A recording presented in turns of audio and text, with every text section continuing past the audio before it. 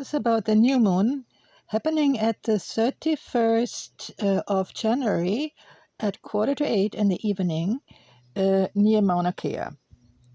And I'm using this location for all people who are protecting the Mauna Kea. This chart will be different in different locations in the world.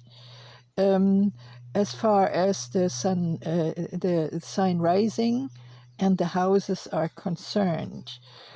Otherwise, the chart will be similar in the whole world, but this is totally depending on the location. And so we here, the land protectors, the protectors of our Earth Mother, the protectors of justice, because that's about the kingdom of the Hawaiian Islands and continuity, and our duty to protect our Earth Mother for our future generations. We have a lot of work to do. So the new moon time is always time to make intentions. What do we start? It's a beautiful day always, but start, like at that day it's in the evening. It's after 7:45 in the evening. So make a little ceremony, make a little ritual with yourself, or I don't do that. I don't do anything of that nature. But if you want to, you can celebrate that like that. To set your intentions. And here it is in the 6th house. It's an Aquarius, and Aquarius are the reformers, yeah? Aquarius is also equivalent to the 11th house. The 11th house is here, but right now that is empty.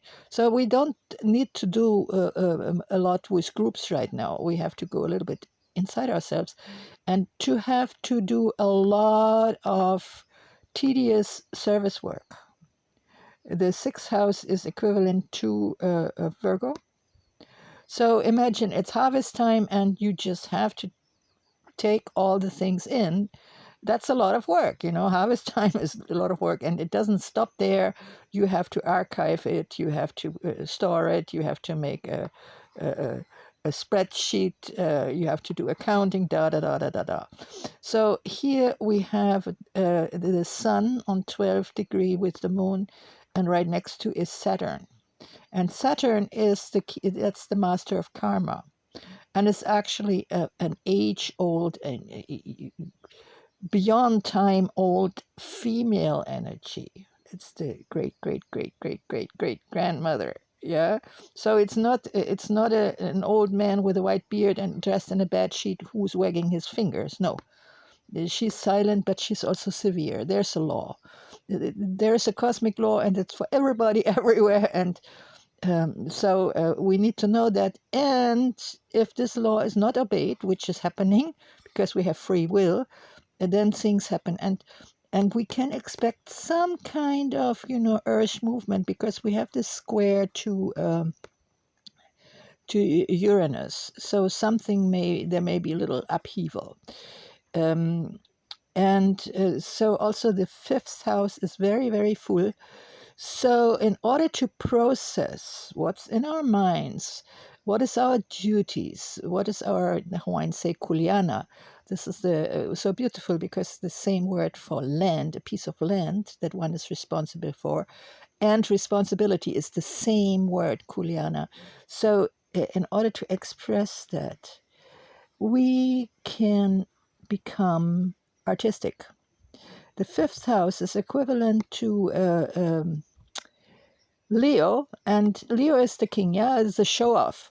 So what's in our mind, let us show it off. We can do it through poetry, through songs, through theater, through writing, whatever. But it should be very grounded. It should be Capricorn. It should be serious. We should do things that make us be taken seriously. Here we have also the conjunction between Pluto and Mercury, and that that stands for very deep and transformative thinking, creative, transformative thinking. And also we have Mars is just in the beginning, and then comes Venus. And now we have this beautiful uh, Earth triangle and the three Earth signs here in Taurus, where we have Uranus. So there we have all these mighty changes. We now have the North Node, that's for the whole world, also in Taurus.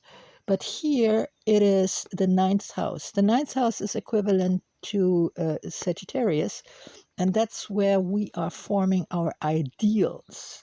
That's the corner of the philosophy. So now it's all about an earth saving philosophy, an earth loving philosophy, which is also the love for the female.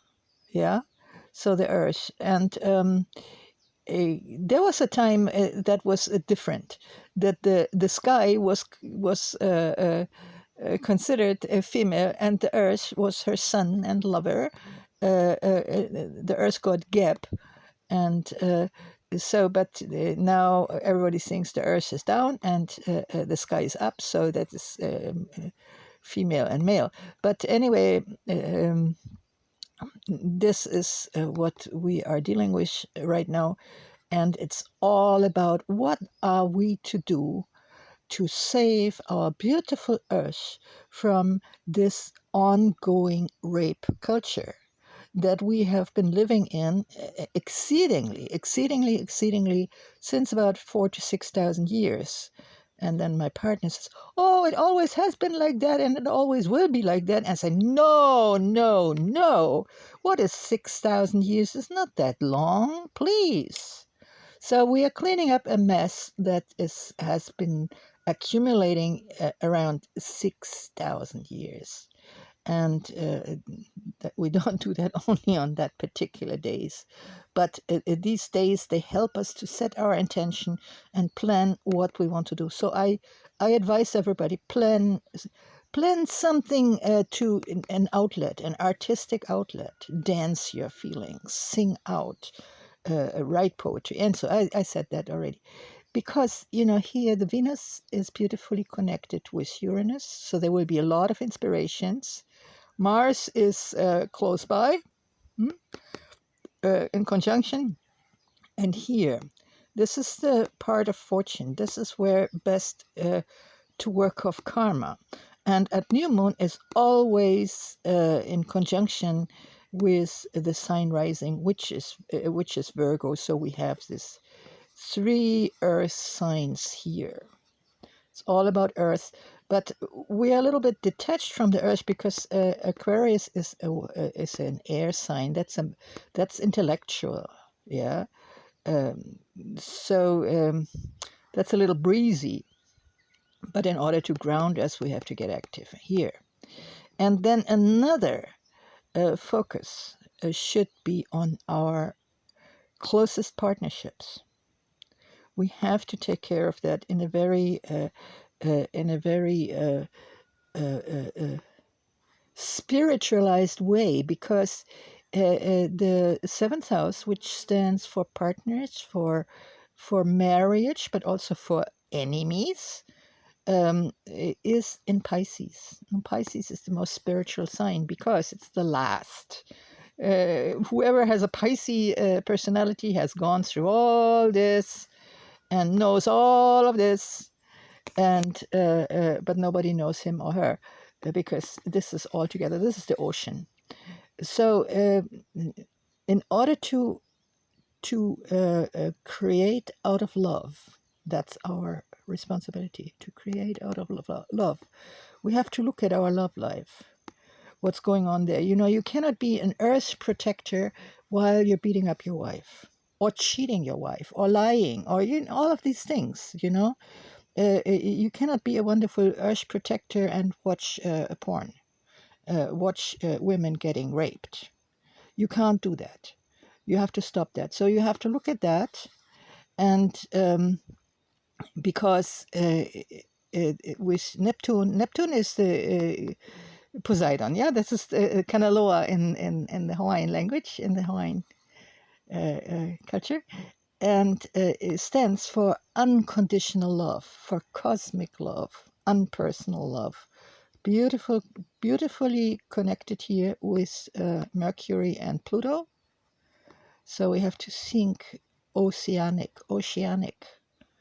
We have to think oceanic. And then we have Jupiter, who always stands for expansion, right next to the descendant. That's the point of partnership. So focus here on your intimate or your closest relationships, our friendships and relationships, that you keep them very well, and you nurture them, because that's what nurtures us. We need somebody to have our back, or else we cannot be as effective as we need to be. Now we have a sextile here between Chiron, the wounded healer, who is presently in Aries for quite a time now, and will be for quite a time, meaning healing has to be approached proactive. We have to get active in our healing processes. We have to heal ourselves, and we have to heal others. And like when we start with ourselves, it's like a ripple effect. And so this is greatly possible to set intention to plan it. How are we doing that? Yeah, because here we have this nice, it's not so thick, but it's a nice triangle. Here is the point of mission. You see the sun here goes to the point of mission, but there is no particular mission. This is Lilith. This is a moon moon thing. It just stands for rebellious wishes to be alone. So we can rather ignore this here. I'll edit this out one of these days. But concentrate here on this fine triangle. Here is 60 degree. It's not very pronounced. It's not a very strong aspect, but it is stronger through Saturn is backing that up, and then you have it through the point of mission. This is the medium curly, midheaven. Medium curly is Latin for midheaven. That is 12 o'clock in this chart, and so then I've been talking about that before. For anybody who is really listening to what I'm saying here, I'm so tired of doing things without knowing if people even listen to what I say. But I'm still doing it. You see, Chiron is in the 8th house. The 8th house is equivalent to Scorpio. And that's the domain where we perform magic, because that's where the creative energies are most located. It's the domain of being born, having sex, giving birth, and dying. So for men, it's 3. For women, it's 4 points where the ego is suspended. When we're born, when we die, when we have sex, good sex, not porn sex, loving sex, then our ego is suspended. It's not working. But we are then in touch with the most cosmic divine energy that there is. That's the creative energy. Sexual energy is actually creative energy. And to direct that in a way to make things happen in the physical world, that's what is called magic. That's what's called the occult. That's how we are ruled. We are ruled by occultists who know about these things, like this Klaus Schwab or the Gates or Bill Gates or all these people. They are highly initiated people in a very nefarious cult. You know, when we talk about magic, then there is this racist term of white magic and black magic, which I totally resent. We can say there's a healing magic and there is a selfish magic. We know we can do prayers for win-win situations. We can make strong rituals, which I don't do. I don't do these things. I just do everything in my mind. I don't need any props. I don't use crystals or all these kind of things. Or no, everything can happen in the mind. Nobody needs even to see if we're meditating or praying or do anything of that nature. But this happens here, and we have to learn how that works, because then we are freed from the negative spells that keep us in fear, keep us down, keep us thinking, who do you think you are? And, you know, and therefore,